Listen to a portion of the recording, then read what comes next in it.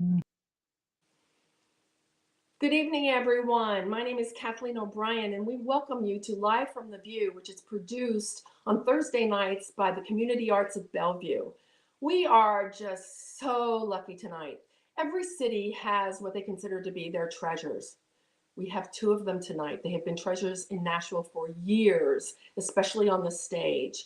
They are two actors that have really stretched their artistic wings far beyond the stage in such abundance. And we are thrilled to really present a two-part series because there's just so much to talk about and so much to share.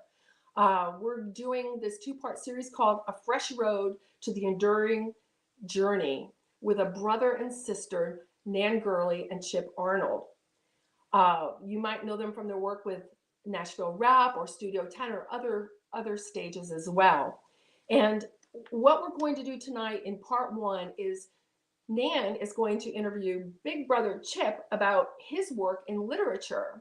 And then next week, what we're going to do is switch roles, and Chip is going to interview Nan with her beautiful journey into the world of visual arts. Her paintings are just amazing.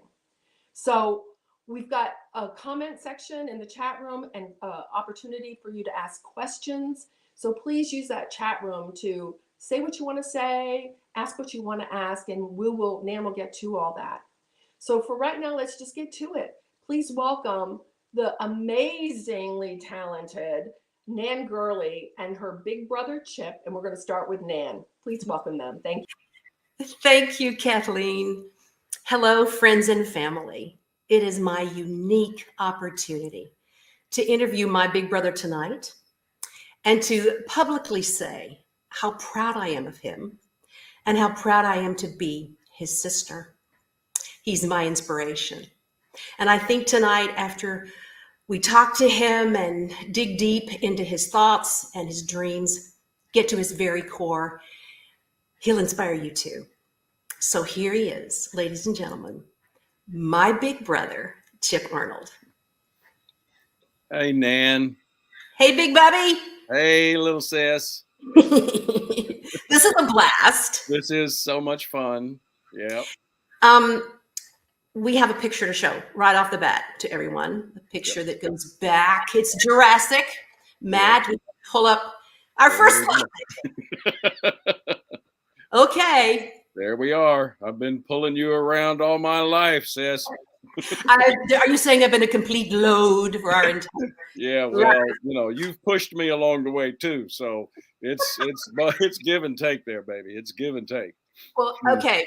That's a radio flyer you're pulling me in, isn't it? Yes, radio flyer. That's where we lived on Gale Lane, right close to Sevier Park. Yeah, Sevier Park, which we ought to say, we are Nashville natives. Yes, Nashville. Born and raised. We're kind of unicorns in this town. So let's get right to it, okay? Yeah. I want to know, everybody wants to know, what are your earliest memories of theater? My earliest one was very traumatic. I was 3 or 4 years old. Dad was doing a production of Carousel. He played Billy Bigelow in Carousel. And when it came, I was there in the play. Dad's there in the middle, not the clown and not the barker up on the stand there. He's right there in the middle. There's a point in the show where Billy Bigelow pulls out a knife and was going to kill someone, but instead he killed himself. And so I'm 3 or 4, and when I see my dad pull out the knife, stab himself, fall to the ground, I lose it. And my uncle, my mom and my uncle were sitting with me, and I start screaming. And so it's so bad, my uncle has to carry me out. And I was not all right until after the show. We're backstage, and I see Dad at the meet and greet with all the people who are, telling him what a wonderful job he did. And when Uncle Tad was still holding me, and when he brought me up to him, I just leapt out of my uncle's arms and fell onto Dad sobbing. So that was a trauma that was a trauma I've yet to get over.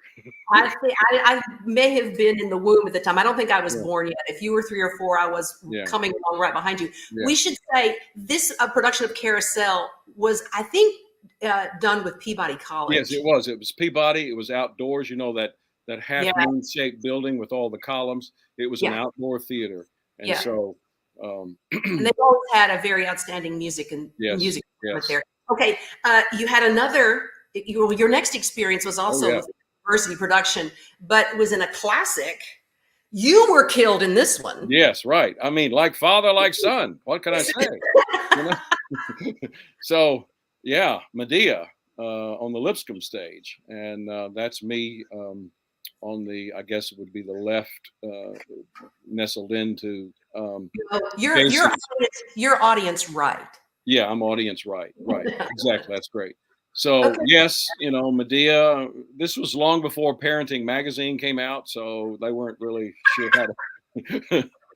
Expose him early to murder and suicide and That's death. right. So it wasn't, you know. Okay, So well, my first 2 shows, I was exposed, like you said, to murder and suicide, and it was. But you know what, Nancy? I will say this: I didn't understand it, obviously, at 3 years old and at 5 years old, but there was power. I was I was exposed to a power of storytelling that has never left me. You know, it's never left me, and so I can't. You know, that was for that. Yes, the trauma was rough, but the lifetime that I've spent living in this world of storytelling had its, you know, beginnings, its roots right there in those 2 experiences. Well, after this trauma of all this violence, everybody wants to know, when did you decide to really go after it and be an actor? Yeah. Well, I took about 15 years. I took about 15-year gap between Medea and this next play, which is Man of La Mancha, and I was cast as Paco, muleteer number whatever it was, 4 or 5. But the brilliant thing about this was that's Dad, and Ruben Ruskin is playing Sancho, but that's Dad. You can see him. He's in the moment of getting ready to transform from Cervantes into Quixote, and yeah, he's doing the "I shall impersonate a man" yes, speech. right, absolutely. Into "I am I, Don Quixote." And there's Dad, you know, opening up a can on the barber with his sword, and then behind me, behind Dad and Ruben is me pointing and saying, my fingers pointing and saying, "Hey, that's my old man." So look at your sideburns. Yeah, I know. That was 19 whatever 69 70. That was a hippie time. So I got to watch our dad not just transform himself on stage from Cervantes to Quixote, but to transform himself as a actor, to go through the process of creating a character that I didn't know anything about at that time, and to see our dad work as an actor under the direction of with a director, with a company of actors, and to see how all of that shaped that magical, oh man, that magical part of a rehearsal process, that people becoming other human beings. Yeah. And I got to watch Dad do that. And so, I said, you know what? I might be able to do something like that. And that I've never looked back. And that was 1970. So what kind of training did you receive for this? Well, I started, I was able to spend a few quarters at Lipscomb University. Dad was, oh man, Lipscomb, it was so great. Dad, as you know, was not at this time, but he eventually became the head of the theater department. And then when he retired, it passed on to Larry Brown, and now it's run by the indomitable Becky Baker, she's just fabulous. But Dad, I was cast as Biff Loman in Death of a Salesman, and that gave me that gave me my first chance to really act. Paco and in Man of La Mancha was just, half a dozen lines and hit your marks and go right and left, Yeah. stage right and left. But this one really had got a chance to see, okay, what have I got? And that's Sharon Brummett who played the woman Yes. in that Yes. scene. So Yeah. it's that was my first time to really get a chance to see if I've got anything internally to create a Yeah. character. Ruth Hammondtree is commenting that she was there. She Oh, saw yeah. it. Yeah. That was a magical performance. I have to speak to that too, Ruth. I remember seeing you in this, Chip. I was a sophomore in high school when you did this in college. And I remember being so moved by the fact that your character's heart was broken Yeah. by your dad, Willie Loman's behavior.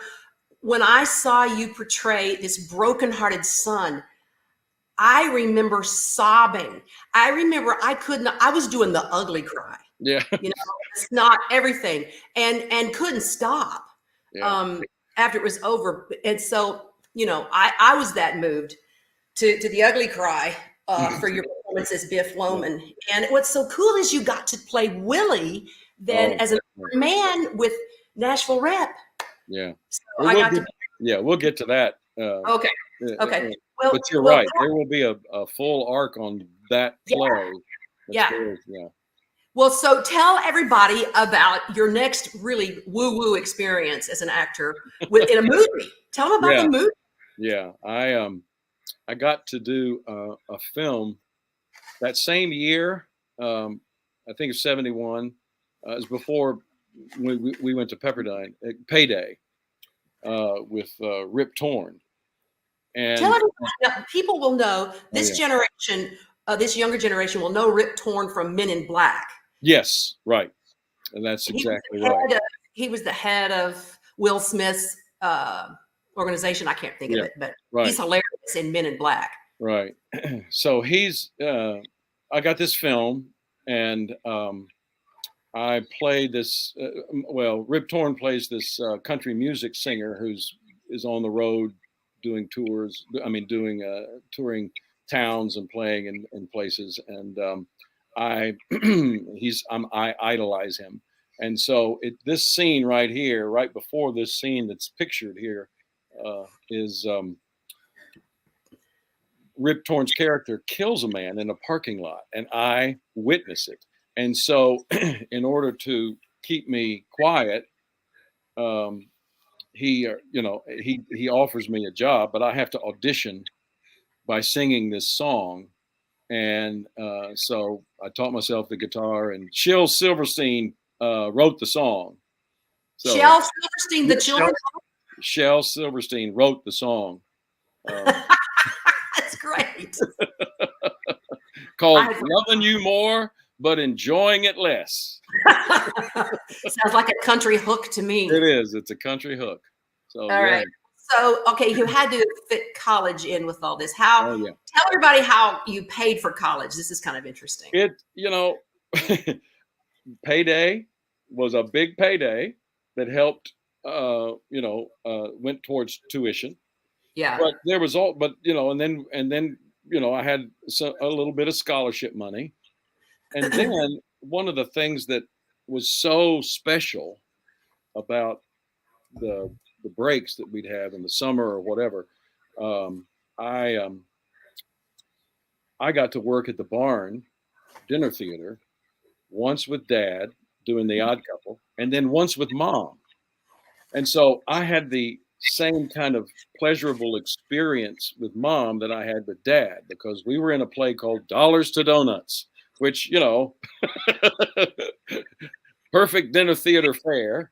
And so but what was so cool about that was at that time, then the early 70s, you waited tables and you got tip money and all of Yeah. that. And so at the end, after you did the show, and then you went through the joyed it line of people walking out, you went and scrounged, through the dirty dishes on your tables and picked up your, $2 or $3 here and there. So what mom and I would do, we would drove to the barn and there and back. And when we got home at night, we'd throw out this money on the kitchen table and count it out. And then mom would take it and stash it in her chest of drawers. And at the end of the run, she'd write a check to Pepperdine. Wow. Yeah. And so we paid for, a good chunk of tuition for whatever semester that was in between that I worked that show. So that was special. And like dad and I got to bond over Quixote. Mom and I got to bond over these times doing these shows together. So it was really sweet. Really sweet. Yeah, and it was at least a 30-minute drive from our house to the barn. Right. So we talked. Unless unless I was in one of my young man sullen moods, which was often. But I kind of no. No, I know. Yeah. Okay, so after graduation, you and I got to together. Tell them about Opryland. Oh, Opryland. Well, this is what did you sing? You said your solo. We did Showboat Show together. What was your show solo? Do you remember? Day by Day from Godspell. That's right, Day by Day. Okay, so here's the story about it. Okay, tell everybody first what Opryland was. Oh, yeah. Well, it was this music theme park. And so they had all kinds of shows. And it's right now. It's where Opry Mills Mall is. Right. And it would be behind the Acuff Theater. And, of course, the hotel wasn't there. And so most of that behind that Acuff Theater and to the side of the shopping mall. You mean the Opry House? You mean the Opry House? That's what yeah, right. Sorry. And so Paul Crabtree wrote these shows, and he everybody got cast, you were in the show, I was in the show, somebody, they had like 7, 14, 15, there was 15 because I was the odd guy. So we went through about the first week of rehearsal, people auditioning for different solos.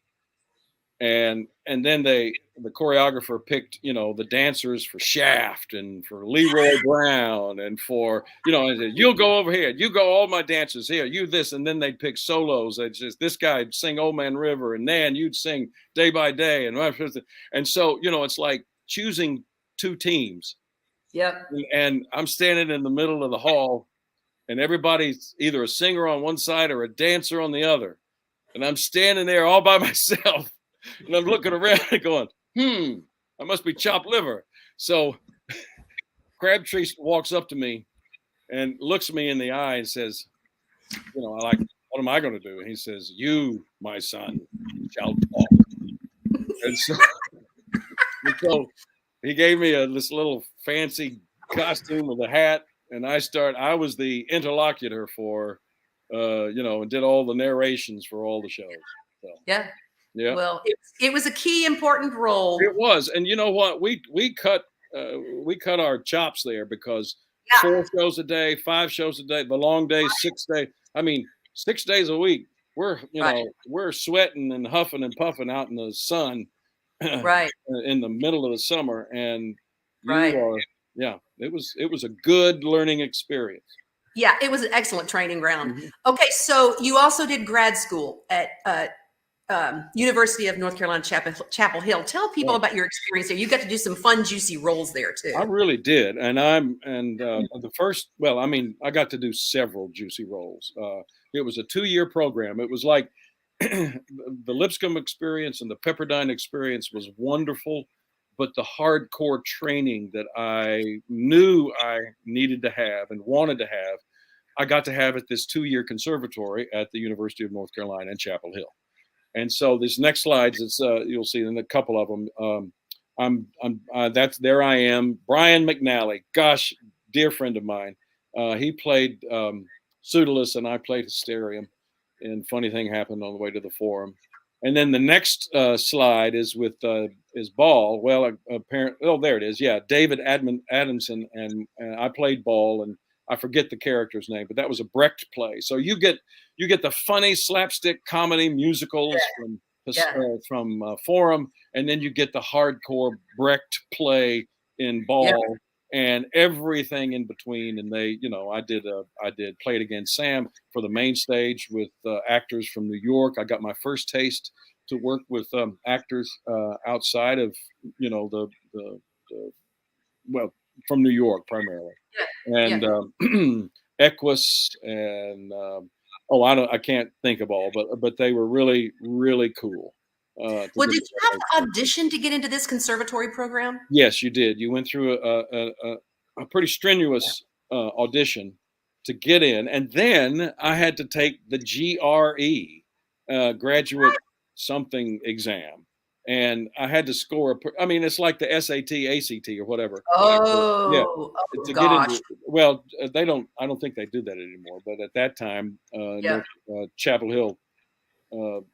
If you're going to do a graduate program, you had to show you had some kind of brain smarts, and that was hard. That was hard for this guy. So, oh man. So after you did the graduate work, you came back home, and then what did you start doing when you came back to Nashville? When I was when I did in between semesters at Chapel Hill, worked at Opryland, Showboat, and then I also auditioned for the first theater company, first equity theater house in Nashville, which was called the Advent Theater.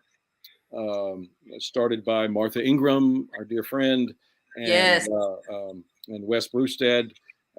Came from the Goodman down in not the Goodman. It was Minneapolis, the one in the Guthrie. Yeah, came from the Guthrie to head up the artistic program, and so I auditioned and got cast in several of the plays for 2 years, and this is one of the great plays, the Ibsen play Hedda Gabler, and Gabler, and I played Eilert Lovborg. Catherine Houghton, the niece of Katharine Hepburn, played Hedda, and that was she's a fabulous actor. People will remember Catherine Houghton from Guess Who's Coming to Dinner. She starred in that with her aunt, Katharine Hepburn. Yeah. So that's where most people have seen Catherine Houghton. And she's done very little film work. She's given herself to the theater. Yeah. And, yeah. I remember you, Diamond Studs. Oh, Diamond Studs. Yes. Oh boy. Looking very studly there, big brother. Yes. Right. Yeah. Remember when the rope broke? I was swinging on the rope. I was there. Yes. See, that's another time I did the ugly cry. Right. You were swinging like Tarzan from this rope in the show, and it broke, and I thought, oh, he could have died. Yeah. Unfortunately, I was on the landing platform when it broke. So right. We had a talk with the stage manager after that. So. I can only imagine. Yeah. Okay, so tell everybody about after Advent closed, you made a lateral arabesque as artistic director of Nightingale Theater. Oh yes, that was a wonderful. There we are, Nancy. Scrooge and Ghost of Christmas Past. Right. we did that show, but I was the artistic director for Nightingale Theater for 4 years, and we did all our shows either at Belmont Church on 16th Avenue or at TPAC. And in the Johnson Theater. In the Johnson. And so we did, I have no idea how many shows. I'd have to actually get out the calculator, but we did a bunch of shows, a lot of them original. I wrote the books to Beauty for Ashes. Beauty for Ashes, to Noah, to Vidkid, and Bob and Mara Farnsworth wrote the music, and it just was, it was a golden age of creativity from 81 to 85 and all. So it was, and this is just a great memory of the two of us getting to do Christmas carols together.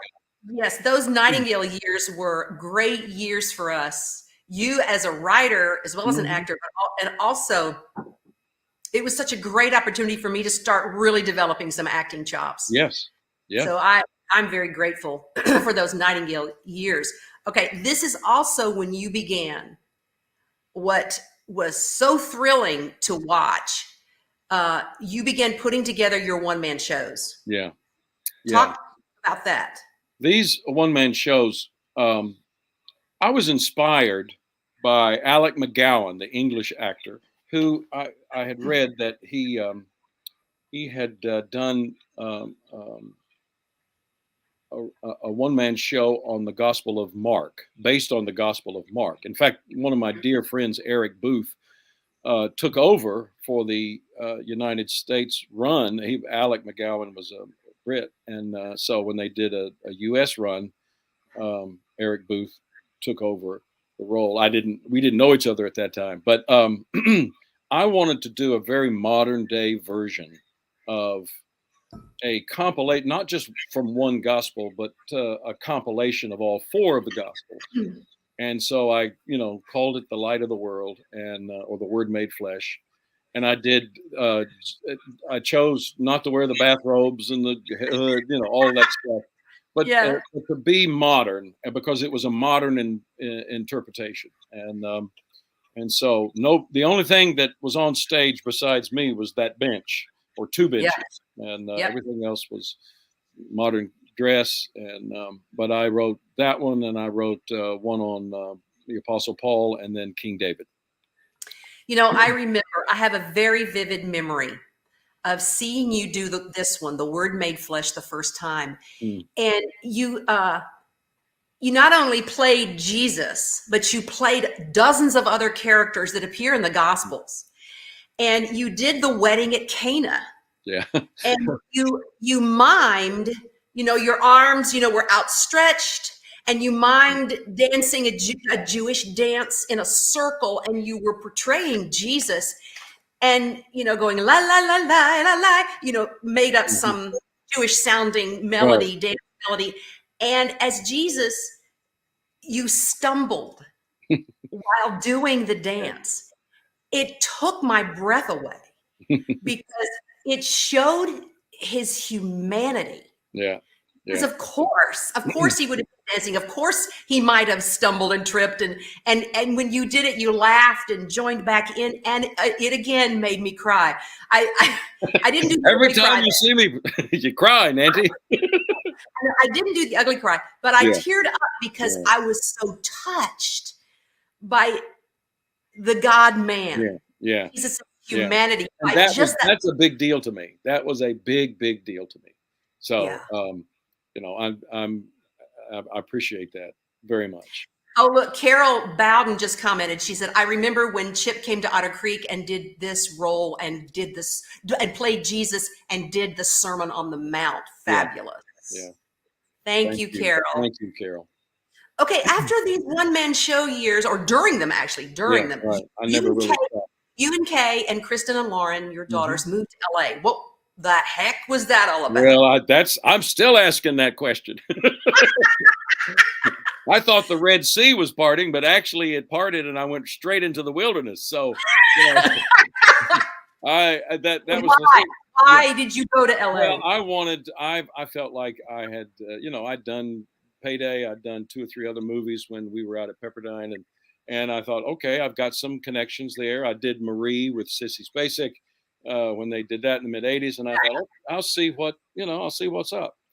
And I spent 3 years out there, and it just was, I hit the Great Wall. So it didn't work for me. It was as a human being, as someone trying to live his life by faith, and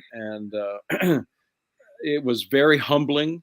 And so we came back, and it took some time to recover from that big failure. Disappointment. It was definitely life, hitting me really, really hard. Yeah.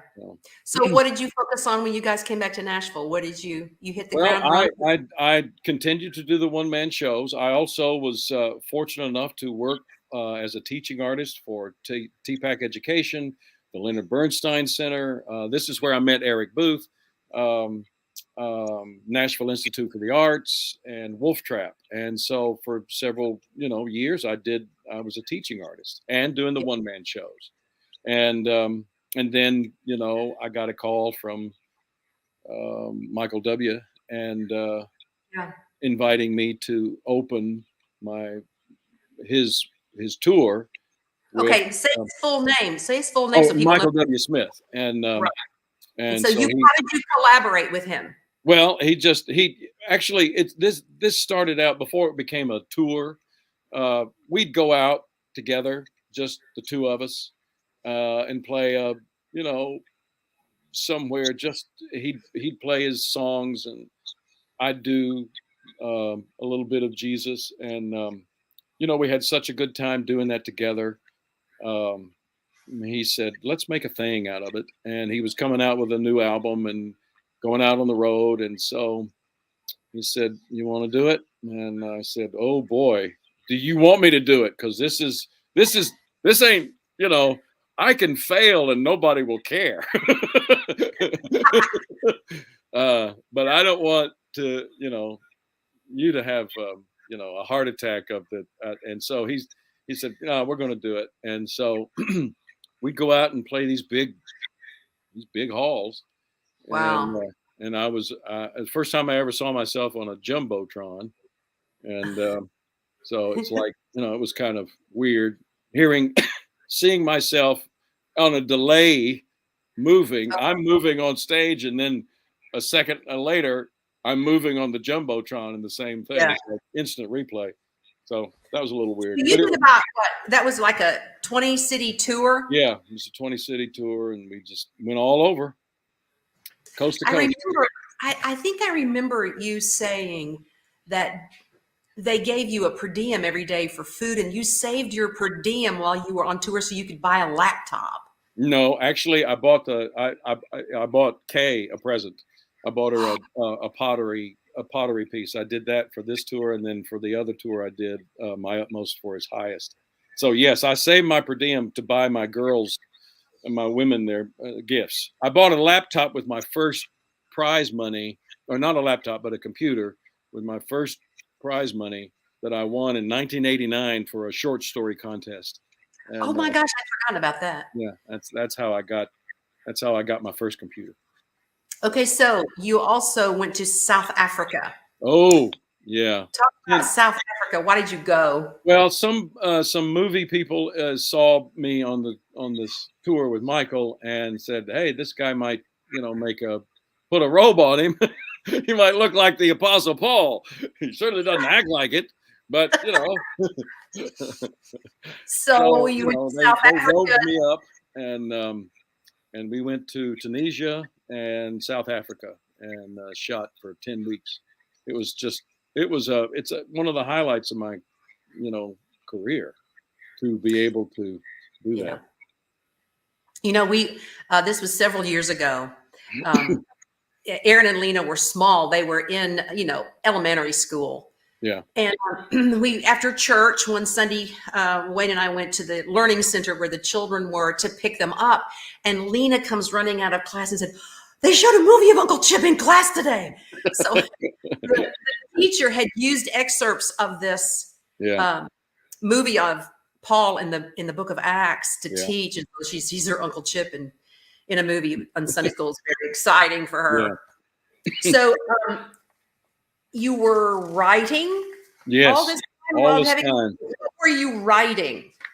Well, I was writing. I was writing a couple of books, just a couple of novels, and trying to get that whole experience. Malcolm Gladwell, it's not even actually, he took it from somebody else, but the 10,000 hour thing of doing something over and over again and honing your craft. And I had some people help me with this. They were, kind of tutoring me and mentoring me as far as writing is concerned, but there was nothing like just sitting down on a regular basis and thinking up the words and putting them on paper. So Right. yes, I was writing this whole time, and then one of the things that I'm very proud of is this film with Michael W. Smith and Jeff Obafemi Carr, with Second Chance, the film that I did with Steve Taylor and Ben Pearson. It just was so cool, and we got to shoot it here. You were in it. You had you had a little moment in it too, and I had a little moment as well. And it just was, just to make a movie with these great men and women, and to do it in your hometown. It's like the Advent Theater was back in the 70s, 80s and Nightingale. You're getting to do what you love in your hometown. Yeah, it's a huge blessing. Mm-hmm. And speaking of doing what you love to do in your hometown, we've got a montage of pictures of wonderful roles that you have been privileged to play while living in your hometown. Oh my gosh. That's me thinking really, really hard. About math. So I have to think really, really hard. That's why the pained look on your face. This was with drove me to drink. This is proof. Nashville Rap, right? Yeah, Nashville Rap. Yeah. Mm-hmm. Okay, and then the iconic Atticus Finch. Right. Atticus. Tell everybody what Lauren said about you getting this role. This Lauren, is great. your second daughter is hilarious. Yeah. Lauren, our second daughter, she said, well, I told, of course, Kay, she knew first. And then I got to Kristen, or I tried to get Kristen, but I couldn't get her. And then I called Lauren, and we were driving in the car. Just to tell her that you got cast. Yeah, right. We were in the car, actually. It wasn't on the phone.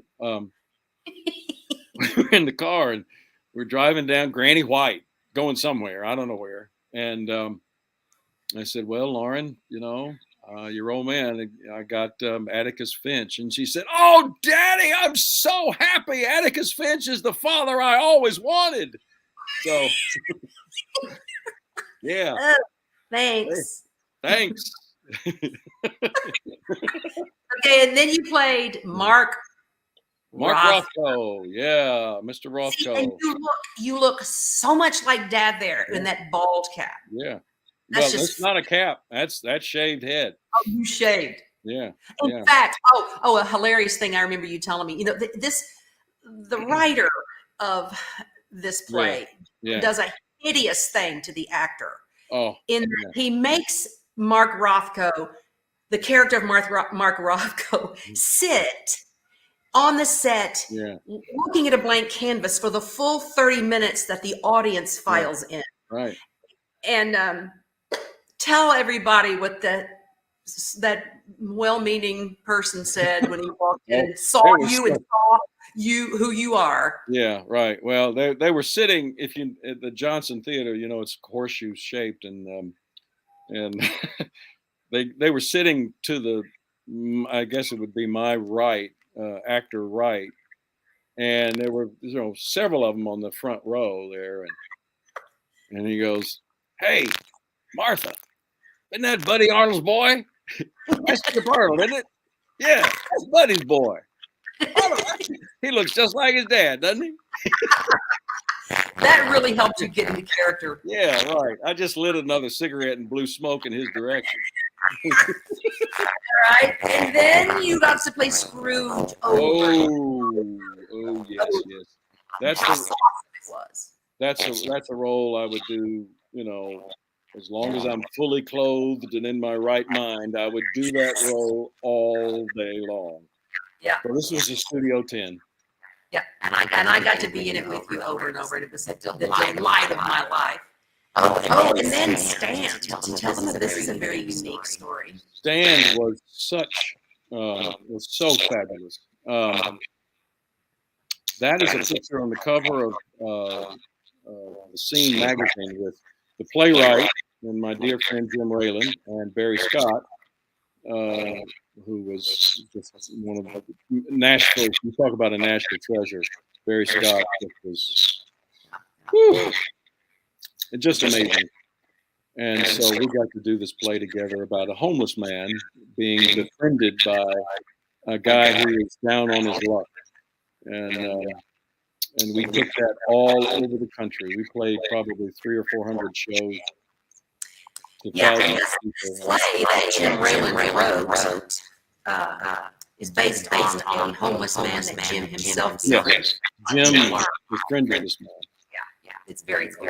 And then there's full circle here, Death of a Salesman. It's Willie Loman. Yep. It's also Nashville Rap. I went from Biff to Willie. Yeah. So with the Nashville Rap. Okay, and Posterity. That was with Doug Wright's play. I got to play Heinrich Ibsen.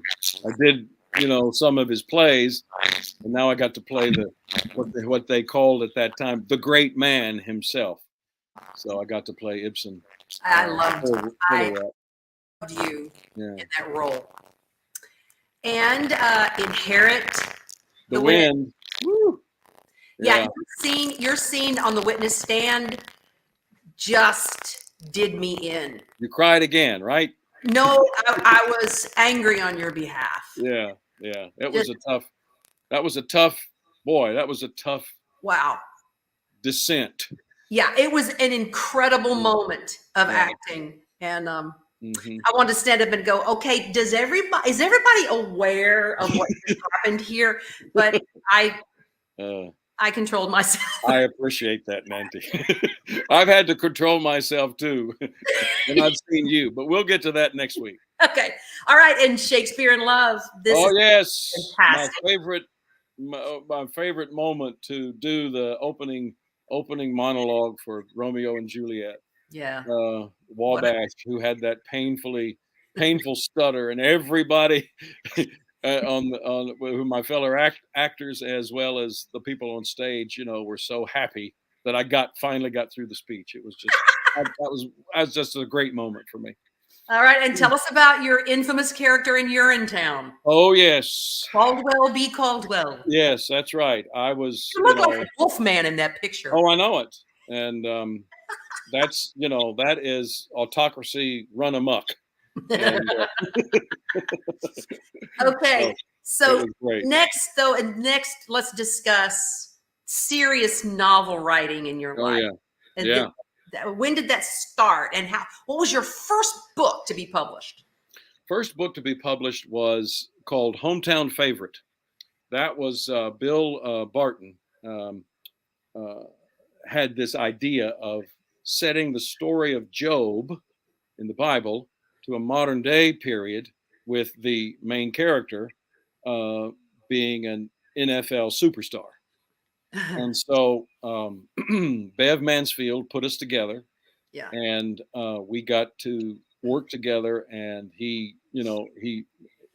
Bill was so loving and trusting, and we didn't I write a chapter and he write a chapter. I would write it and then send stuff to him, and he would say, yeah, that works, and let's try this. And it was a wonderful kind of collaboration. So that came out. That was my first one to actually see print. And your next book, though, was based on a true event. True story about 8 Western hostages who were captured by the Taliban 6 weeks before 9/11, and 16 Afghan workers who worked for this organization called Shelter Now. My in-law, Ben Pearson, we'd done Second Chance together, and then his son and our oldest daughter got hitched. So we were now really joined at the hip, and Ben had shot all these great footage in Afghanistan and interviewing the hostages, the Afghans, as well as the Americans and Australians and the Germans. And so we made a book out of it, as well as a feature film documentary. I love that book. I absolutely love it. Okay, now let's talk about what's really hot off the press. Yeah. Well, I want to go back to when I really started this and how the influence was of,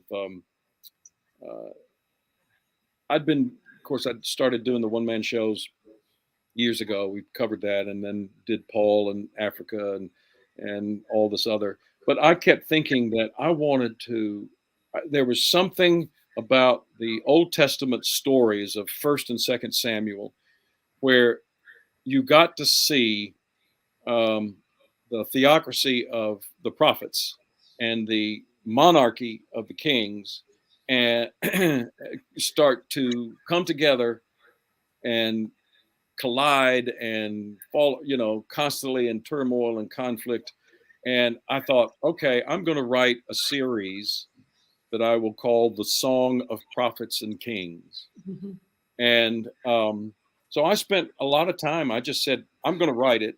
And I felt like if the Lord opens up some doors, great for publication. If not, I just feel compelled to write these stories.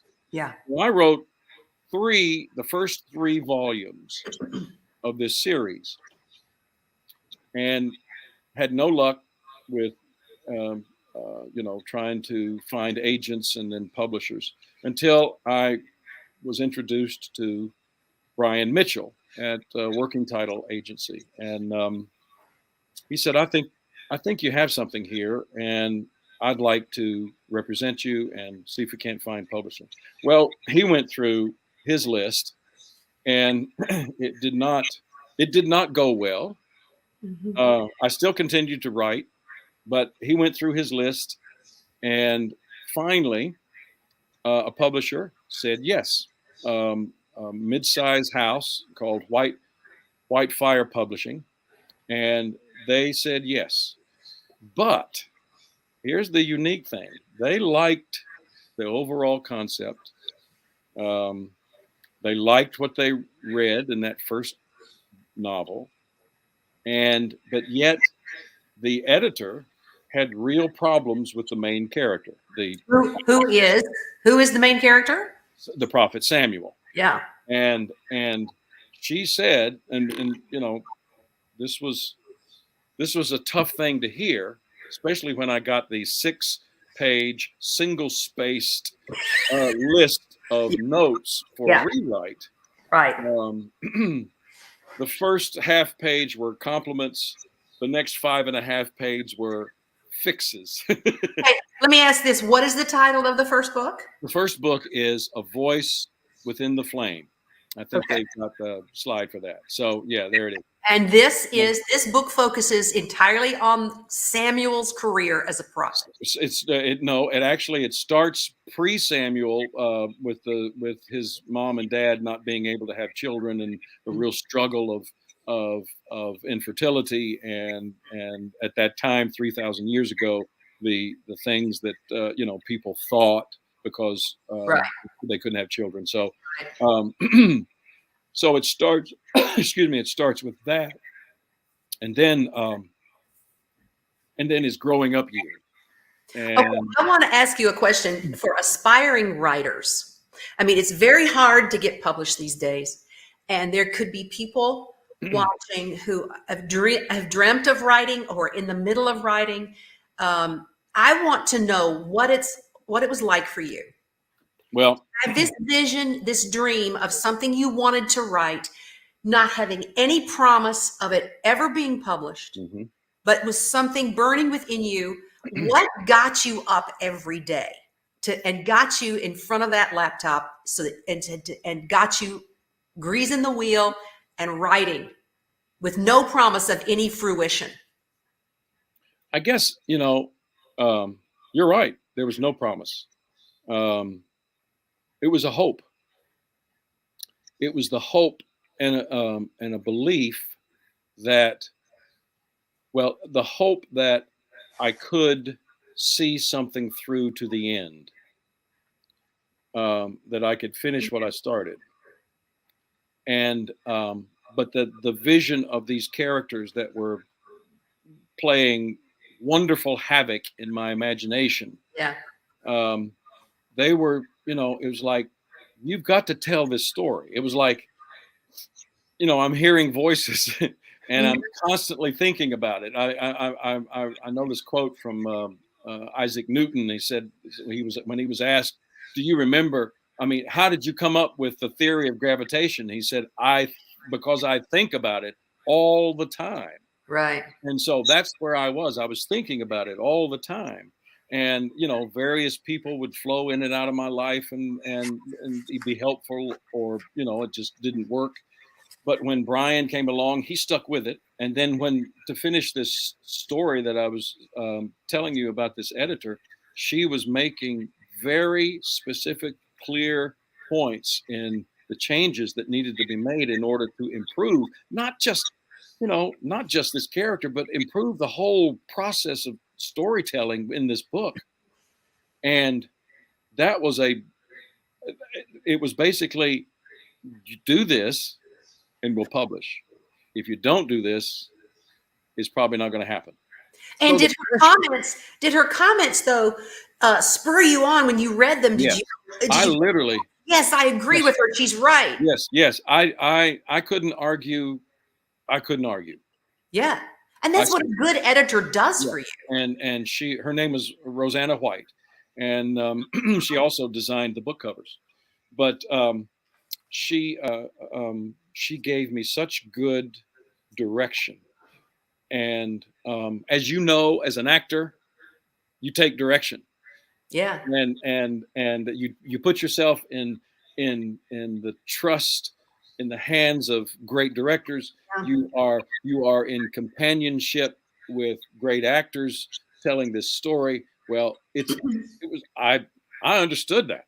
Yeah. So when I got these notes, and I literally just basically closed myself off for 7-8 weeks and did it, and resubmitted it, and everything they were all happy. And so, well, tell me about when you sit down and you're writing, you've got a scene going in your head. Yeah. Do any of your characters ever look at you and go, I wouldn't say that, I'm going to say this? Yeah. Yes, absolutely. I'm surprised every day. Every day I sit down, and I think I go into the day thinking, all right, I kind of have this structure, but I also know that my characters, even though I might claim that I have created them, they also have a will of their own. Mm-hmm. And just like actors who come in to play characters in a play you're in, they have their own creative, spontaneous will and imagination. And they will, invite, if you're listening and paying attention, they are inviting you to participate in their part of the story, which only enhances your part of the story. That's right. That's what I love about really great directors is they let you play in rehearsal, and they rein you in this way or that way if it doesn't fit their their overall vision. But it's a true collaboration. It is. And what I love about your two books is, any student of the Bible knows that the biblical authors were spare. Yeah. They don't give a lot of detail. Mm-mm. But you have, out of your love for the scripture, out of respect for it, you have been playing in an area of what I like to call sanctified imagination. Yeah. Where you flesh it out just the same way that when you were doing the Jewish dance at the wedding at Cana, when you stumbled and then laughed. With your sanctified imagination, you have fleshed out scenes in Samuel's life, in his parent, in Elkanah and Hannah's lives, in Saul's life. That is very exciting. It's it's so funny. I never imagined you would be a writer of historical fiction. Yeah. And I don't know that you ever imagined you would. No, I didn't. My first memories of you reading at all was you reading Mad Magazine. That's right. Well, I have dyslexia, Nancy. So in order to get through something cover to cover, it had to be short. Listen, Listen, Mad Magazine was great satire. And it was great satire. That's yeah. And you graduated. I know you graduated from Mad Magazine now to the New Yorker, which is also great satire. That's right. I went from Mad to New Yorker. So it's like Mad Magazine to historical biblical fiction is like, it's awesome. It is. And you know what? The joy of being able to take, what it's like to create characters for a play. So it's the joy of creating a character in literature, you have a little more freedom of taking, what you do know about that character that's revealed in biblical literature, but then you do have the space between, That's right. um, the spare writing of those and the relationship that are not really fleshed out. So Right. I have such fun doing that. Yeah. And Okay. Now you have 2 books so far in this series. The yes, second book is titled what? Crown of the Warrior King, and it picks up um, right at the end of where we leave A Voice Within the Flame, where Saul has been crowned and coronated and all that stuff by Samuel, and he's about to start his reign as the The king, first king of the Israel. first king of Israel, and then it goes um, through a series of events in his life. It doesn't end with Saul or Samuel. It continues on.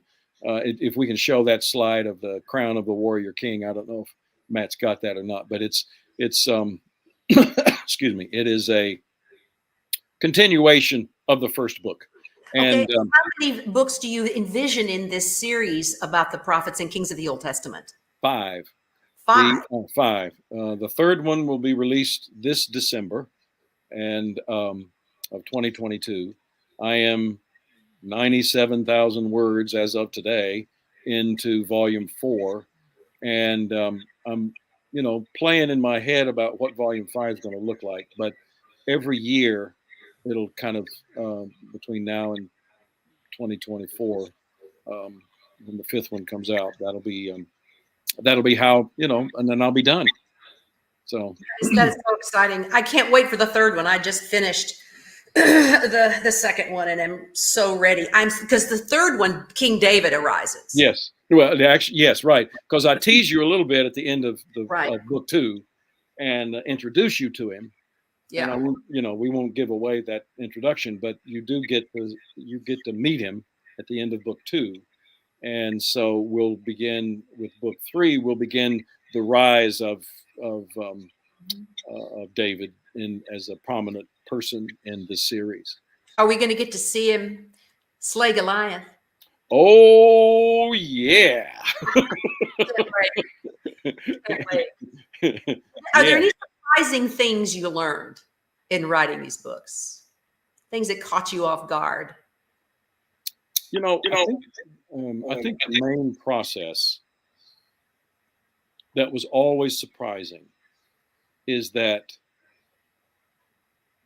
if I showed up, my characters showed up, and it's like I have a new set of imaginary friends that I am enjoying so much their companionship.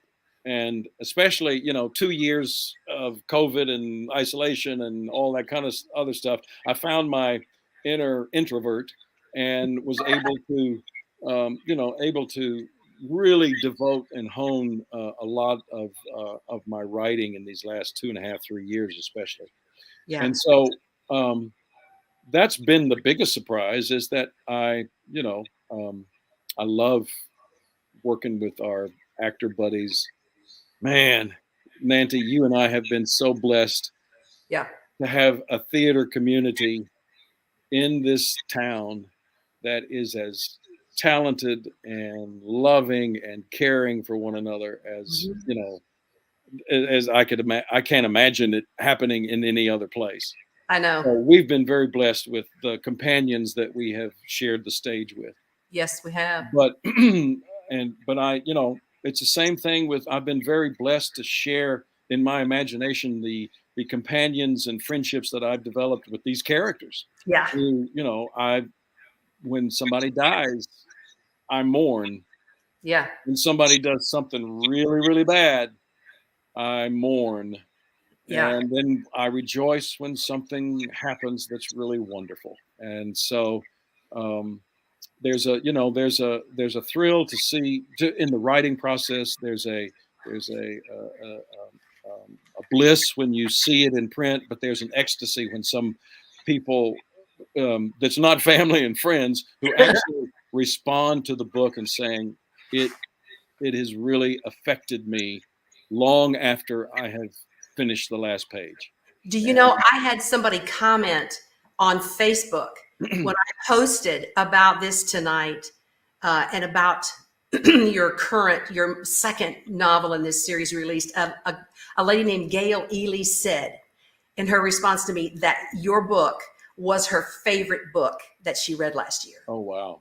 That's great. Yeah. That's So, okay, what people can take away from tonight as we wrap this up, I think, would be that yours has been a life of a lot of discovery, hard work and perseverance with only a hope of fruition. Only a hope. Mm-hmm. Humbling, maturing, exciting, full of people who love you. Oh, great cloud of witnesses. Yeah, it's a blessed life. Have you got any words of wisdom, any fun quotes you'd like to leave us with before we say goodbye? You know, I've thought of some quotes and stuff, I guess, or I thought of just some things. Don't find your identity in your talent. What you have everybody's got a talent or two, and that's wonderful. That's a God-given thing.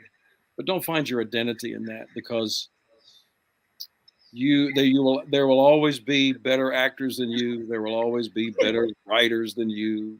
You will always either be looking up at someone or looking down on someone, and either posture is an unhealthy one.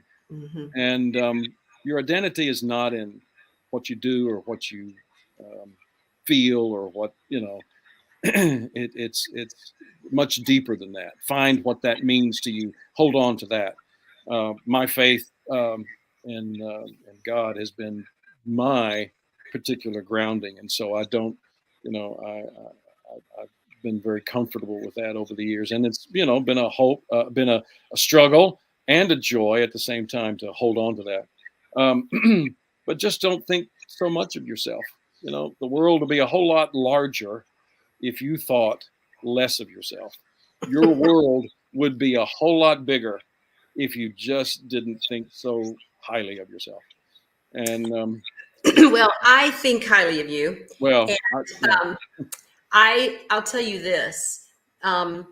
In all these years of theater here in town, since we have different last names, people don't immediately know that we're brother and sister. Yeah. So what I have done, what I've enjoyed doing over and over, I'll be in a show and we'll be working and rehearsing. We'll be on a break and people will start talking, about other actors or shows they've seen. And I just wait and bide my time because I know the opportunity is coming.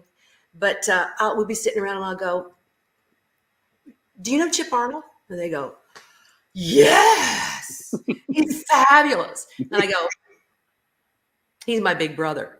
And it's like, when the video cassette is ejected from the screen, they go, he's your big brother. So I love doing that. Yeah. I love telling people that we belong to each other. Yes, we do. From the wagon pulling days, Nancy, all the way to now, to tonight. We are together, girl. You We're bet. together. Better believe it. Is there any other thing burning on your heart you want to share before we thank everyone? No. I mean, I'm just so appreciative to Kathleen and you, and we get to do this again in a week, Nancy. So, I know. But it's your turn to talk, and so I can't wait. And the website is henryoarnold.com if you want to see more. If you're a glutton for punishment and you want more, then go to the website. There'll be more information there. But the books are out in print wherever they're sold, wherever your local bookstores, Parnassus, Barnes and Noble, Amazon, of course. Right. If you want the audio version read by yours truly, if you want the audio version of those two novels, you can get them at several locations, including Amazon. So. Well, we thank everyone. Oh, yes. Spent an hour with us tonight. Thank you, Matt, for pulling up all our slides and writing the text so beautifully, and Kathleen for inviting us. And thank you. Yes. all the audience people of Nashville who have Yes. come to see us Thank perform. you. Blessings on you from my big brother Chip and me. Amen.